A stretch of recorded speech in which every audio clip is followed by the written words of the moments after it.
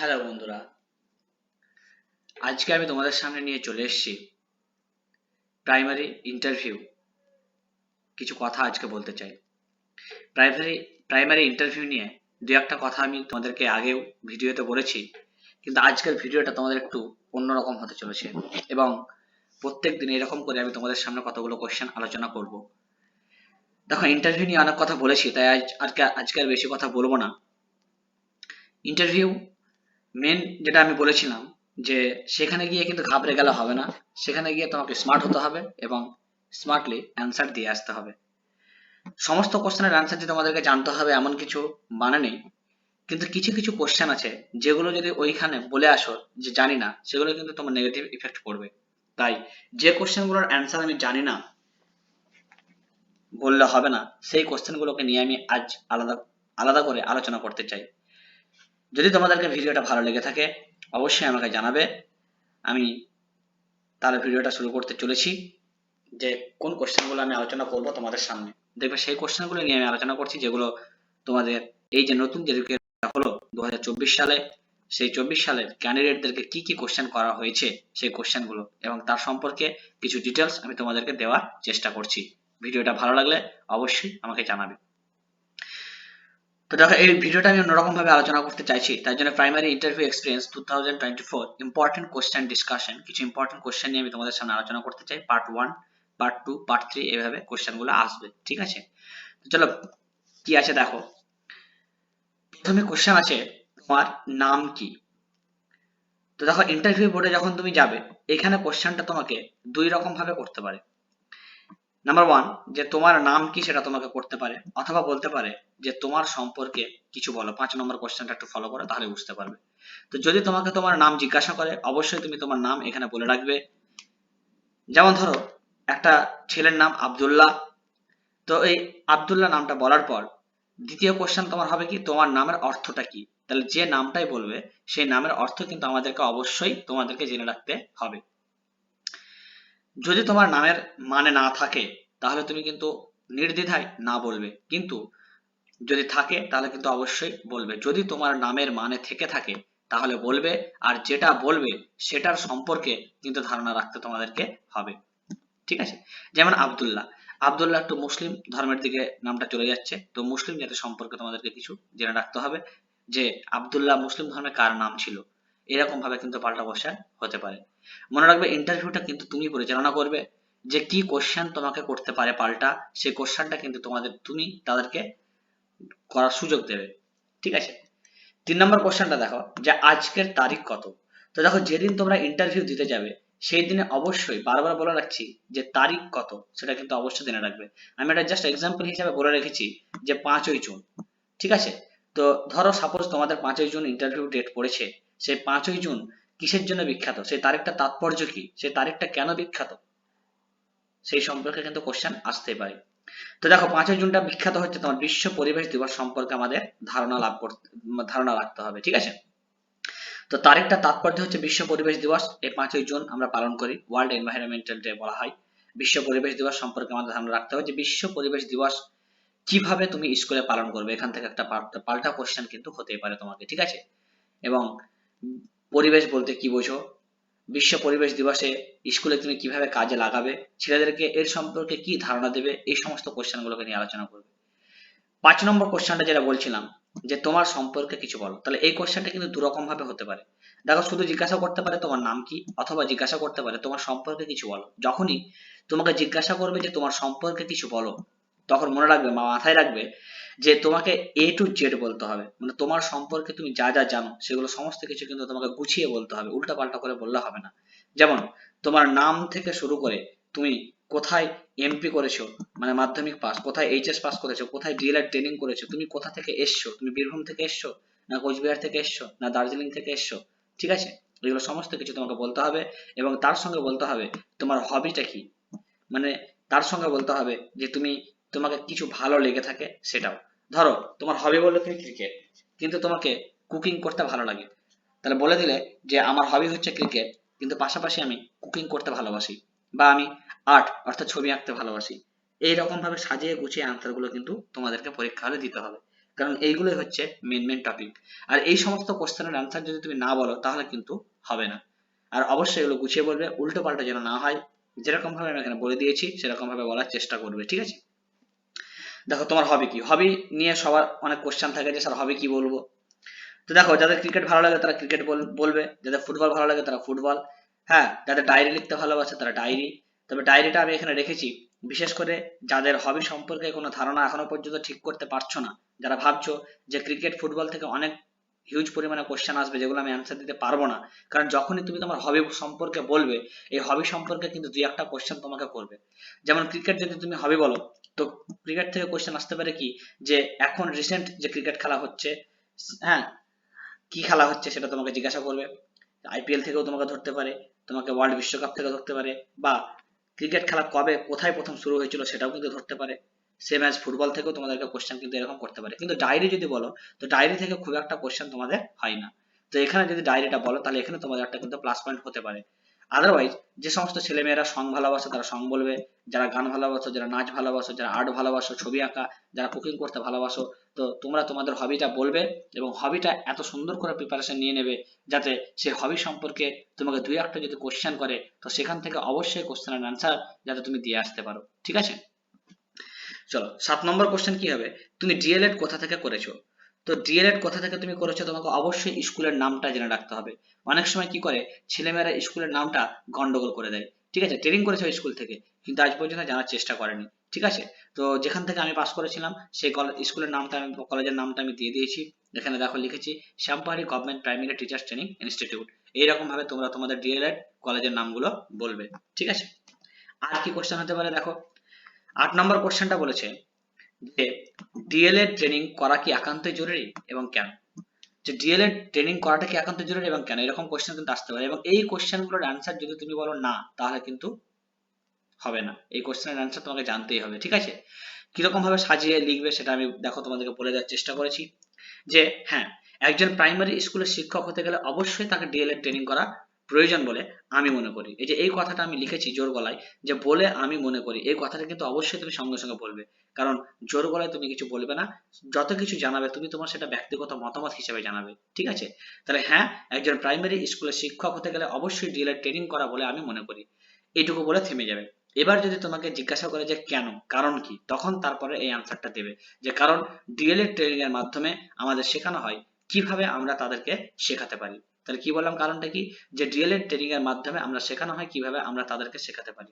তাহলে D.El.Ed training আমরা সবাই করেছি, আর ডিএলএড ট্রেনিং করেছি বলেই কিন্তু আমরা এই প্রাইমারি পরীক্ষার জন্য অ্যাপ্লিকেশন করতে পেরেছি এবং পরীক্ষায় পাশ করার পর আজকে ইন্টারভিউ এর জন্য সফল হয়েছি, তাই তো? তাহলে ডিএলএড ট্রেনিং আমাদেরকে অবশ্যই করতে হবে এবং মনে রাখবে ডিএলএড ট্রেনিংটা হচ্ছে 2 বছরের। হ্যাঁ, তার সঙ্গে আমাদেরকে মনে রাখতে হবে ডিএলএড এর ফুল ফর্মটা কি এবং ডিএলএড ট্রেনিংটা কি একান্তই জরুরি এবং কেন। তো অবশ্যই মনে রাখবে ডিএলএড ট্রেনিং তোমরা সবাই করেছো, তোমরা সবাই জানো যে ডিএলএড ট্রেনিং এ কি কি হয়। তো পাল্টা কোশ্চেন এখান থেকে তোমাকে করতে পারে যে ডিএলএড কলেজ থেকে তুমি কি পেয়েছো। তো দেখো ডিএলএড কলেজ থেকে অনেক কিছুই পেয়েছি বলে আমি মনে করি। ডিএলএড কলেজে পড়ার সময় যে মাইক্রো বা ম্যাক্রো টিচিং হয়, তো তোমাদের প্রত্যেকটা স্কুলে যারা ডিএলএড ট্রেনিং করেছো তাদের দেখবে মাইক্রো এবং ম্যাক্রো টিচিং হয়। তো তখন আমরা সেখানে স্কুলে গিয়ে পড়ার সুযোগ পেয়েছিলাম। সেখান থেকে জানতে পারি পড়াশোনাকে কতটা ইন্টারেস্টিং এর সহিত বাচ্চাদেরকে পড়াতে হয়। অর্থাৎ ওই যে বললাম নাচ গান কবিতা বা টিএলএম ইউজ করে তুমি তাদেরকে যে করে হোক পড়াটা স্টুডেন্টদেরকে একটা ইন্টারেস্টিং এর সহিত তাদেরকে পড়াতে হবে। এগুলো আমাদের ডিএলএড কলেজে এগুলো সমস্ত কিছু শিক্ষা আমাদেরকে দিয়ে থাকে। নাচ, গান কে কিভাবে আমরা পড়ার সঙ্গে সংযোগ করব। এছাড়াও দেখো যে ছেলেদের যে মানসিক দিকটা, যেমন চাইল্ড সাইকোলজি যেটা আমরা পড়ি, অর্থাৎ ছেলেদের মানসিক দিকটা কেমন থাকে সেটাও কিন্তু আমাদেরকে আমরা ডিএলএড কলেজ থেকে কিন্তু শিখে আসি। তাহলে ডিএলএড, তাহলে যদি কোশ্চেন করে যে ডিএলএড কলেজ থেকে তুমি কি পেয়েছো, তাহলে এই সমস্ত কোশ্চেন গুলো বলবে, খুব অ্যান্সার সুন্দর হবে।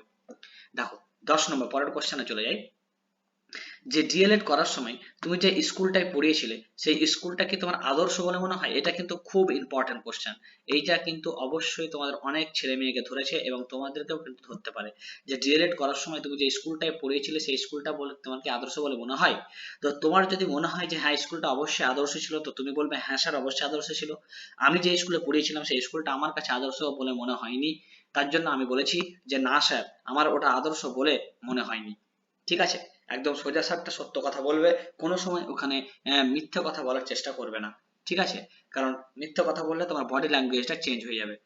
তো দেখো যে আদর্শ স্কুল বলতে কি বোঝো, এখানে পাল্টা কোশ্চেন তোমাকে করতে পারে যে আদর্শ স্কুল বলতে তুমি কি বোঝো। যতক্ষণ না তোমাকে জিজ্ঞাসা না করবে যে আদর্শ স্কুল বলতে তুমি কি বোঝো, ততক্ষণ পর্যন্ত কিন্তু ব্যাখ্যা দেবে না, থেমে যাবে। দেখো কোশ্চেন করেছে যে ডিএলএড করার সময় তুমি যে স্কুলটায় পড়িয়েছিলে সেই স্কুলটা কি তোমার আদর্শ বলে মনে হয়? অ্যান্সার হবে না স্যার, আমার ওটা আদর্শ বলে মনে হয়নি। তো 11 নম্বর কোশ্চেন কি, আদর্শ স্কুল বলতে তুমি কি বোঝো?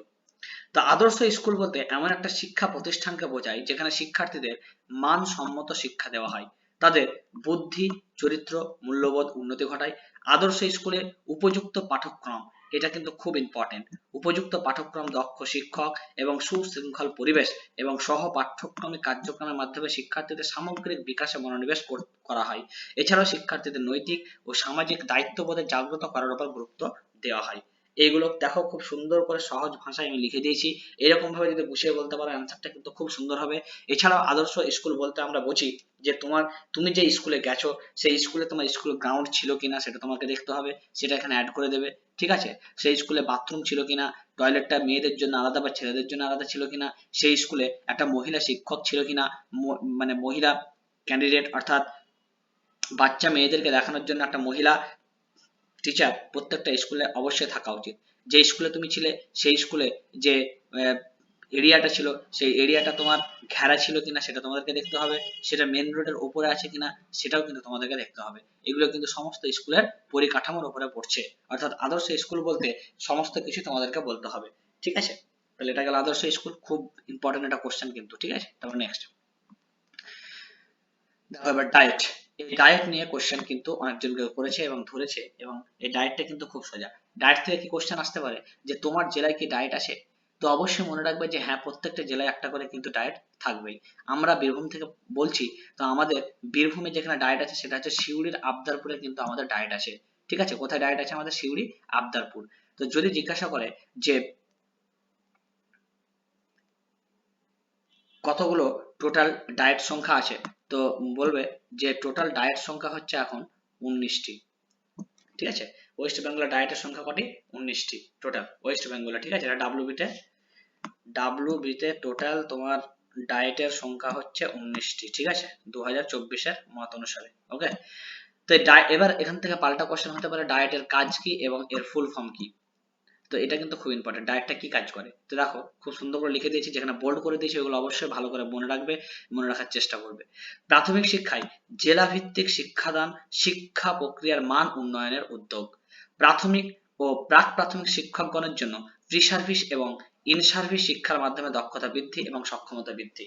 অর্থাৎ এক কথায় ডায়েট যে কাজটা করে সেটা হচ্ছে যে স্কুলগুলো যেগুলো তৈরি হয়, যে ডিএলএড ট্রেনিং করার জন্য যে স্কুলগুলো তৈরি হয় সেই স্কুলগুলোর পরিকাঠামো কেমন আছে, সেখানে ভালো করে শিক্ষা হচ্ছে কিনা, এবং যে সমস্ত স্কুলে টিচাররা চাকরি করছেন তারা যারা চাকরি করছেন তাদেরকে বলে ইন সার্ভিস, হ্যাঁ। আর প্রি সার্ভিস মানে চাকরি পাওয়ার আগে, তো তাদেরকে কি করা হয় যে বাচ্চা ছেলেদেরকে তারা কি করে পড়াবে সেই জন্য ট্রেনিং দেওয়া হয় এই ডায়েট থেকে, ঠিক আছে। মাধ্যমিকে শিক্ষার প্রাথমিক শিক্ষার সর্বজনীকরণ এবং শিক্ষার মান উন্নয়নের জন্য জেলাভিত্তিক পরিকল্পনা প্রস্তুতি। জেলা নির্দিষ্ট শিক্ষাদান এবং শিক্ষার সামগ্রিক বিকাশ। জেলার প্রাথমিক শিক্ষার উন্নত বোঝাপড়া তৈরি করার জন্য গবেষণা। প্রাথমিক শিক্ষায় সম্প্রদায়ের অংশগ্রহণ উন্নত ও সমর্থন করা এবং তাদের নিজেদের সক্ষমতা শক্তিশালী করা তোলা। দেখো আমি সবগুলো কাজগুলো লিখে দিয়েছি, ডায়েটের মেন কাজগুলো। এখান থেকে যে কোনো 3টে পয়েন্ট তোমার যেটা মনে হবে সেটা তুমি তুলে নিয়ে বলতে পারো, ঠিক আছে। চলো তারপরে এই ডায়েটের ফুল ফর্ম কি। তো ডায়েটের ফুল ফর্মটা কিন্তু অবশ্যই ইম্পর্টেন্ট, এটা তোমাদের পরীক্ষাতে অনেকজনকে ধরে, মানে ইন্টারভিউ পরীক্ষাতে অনেকজনকে ধরেছে। তো district institute of education and training, ঠিক আছে। তাহলে ডায়েটটা তৈরি হয়েছে কত সালে? ডিস্ট্রিক্ট সরি ডায়েটটার ফুল ফর্ম কি? District institute of education training, ঠিক আছে। এটা একটু ভুল লেখা হয়ে গেছে, এটা বাদ দিলাম। এখন পরের দিন আবার ডায়েটের সম্পর্কে আমি পুরোপুরি তোমাদেরকে বলে দেবো, হ্যাঁ। তো 14 দাগের কোশ্চেনে চলে যাও, যে এনসিএফ এর ফুল ফর্ম কি। তো এনসিএফ পরিকাঠামো তোমরা সবাই জানো, এনসিএফ এর সম্পর্কে আজকে আমি বেশি কিছু আনিনি। তো তোমাদের এখান থেকে ইন্টারভিউ ডেটে যে কোশ্চেন গুলো ধরতে পারে সেগুলো নিয়ে আমি আলোচনা করব। এটা আমি স্টার মেরে রাখলাম, কোশ্চেনটা কিন্তু ধরবে, ঠিক আছে। যে এনসিএফ এর ফুল ফর্ম কি? National curriculum framework. দেখো এখানেও এটা ভুল করে দিয়েছি, এটা হয়ে যাবে তোমার 2005, ঠিক আছে। ন্যাশনাল কারিকুলাম ফ্রেমওয়ার্ক এনসিএফ 2005 বলে থাকি, এটা কিন্তু তৈরি হয়েছিল 1975 সালে, ঠিক আছে। তো এনসিএফ এর ফুল ফর্ম হচ্ছে কি? National curriculum framework. এই এনসিএফ এর সম্পর্কে ডিটেলস আমি পরের দিন তোমাদেরকে ভিডিওতে বলে দেবো। 15 নম্বর কোশ্চেন হচ্ছে এনসিইআরটি এর ফুল ফর্ম কি? তো এনসিইআরটি এর ফুল ফর্ম হচ্ছে national council of educational research and training. এটা তৈরি হয়েছে 1961 সালে। কত সালে? 1961। তাহলে যদি বলে এনসিইআরটি এর ফুল ফর্ম কি, তাহলে national council of educational research and training. NCF এর full form national curriculum framework, আর ডায়েট এর ফুল ফর্ম হচ্ছে district institute of education and training. Okay, next. DElEd এর ফুল ফর্ম কি? ডিএলএড এর ফুল ফর্ম হচ্ছে ডিপ্লোমা ইন এলিমেন্টারি এডুকেশন। তো elementary Bangla মানাটা এখানে তোমাদেরকে ধরতে পারে, এলিমেন্টারি মানে মনে রাখবে অবৈতনিক। এনইপি এর ফুল ফর্ম কি? এনইপি এর ফুল ফর্ম হচ্ছে ন্যাশনাল এডুকেশন পলিসি, যেটা হচ্ছে 2020 সালে হয়েছে। আর এনপিই, দেখো এই দুটো আমরা ভুল করে দিই, একটা হচ্ছে এনইপি আর একটা হচ্ছে তোমার এনপিই, ঠিক আছে? তো এনইপি হচ্ছে ন্যাশনাল এডুকেশন পলিসি, আর এনপিই হচ্ছে ন্যাশনাল পলিসি অন এডুকেশন, যেটা তৈরি হয়েছিল 1968 সালে, ঠিক আছে? এই ফুল ফর্ম দুটো কিন্তু ভুল করবে না, এই ফুল ফর্ম গুলো কিন্তু অনেকজন ছাত্রছাত্রীকে ইন্টারভিউ বোর্ডে কিন্তু ধরেছে, ঠিক আছে? তাহলে এই হলো আজকে তোমাদের 18টা কোশ্চেন নিয়ে আমি আলোচনা করলাম। যদি তোমাদেরকে ভালো লেগে থাকে অবশ্যই কমেন্ট করে জানাবে যে তোমার এইরকম ভিডিও আর তোমরা পেতে চাও কিনা, ঠিক আছে? তো এরকম ভাবে আমি তোমাদের কোনোদিন 20টা, কোনোদিন 10টা, কোনোদিন 18টা বা কোনোদিন 50টা কোশ্চেন নিয়ে আমি তোমাদের সামনে আলোচনা করব, এবং এইরকম ভাবে আমি আনসার তোমাদের দিয়ে দেওয়ার চেষ্টা করব। আশা করি ভিডিওটা তোমাদেরকে ভালো লাগবে।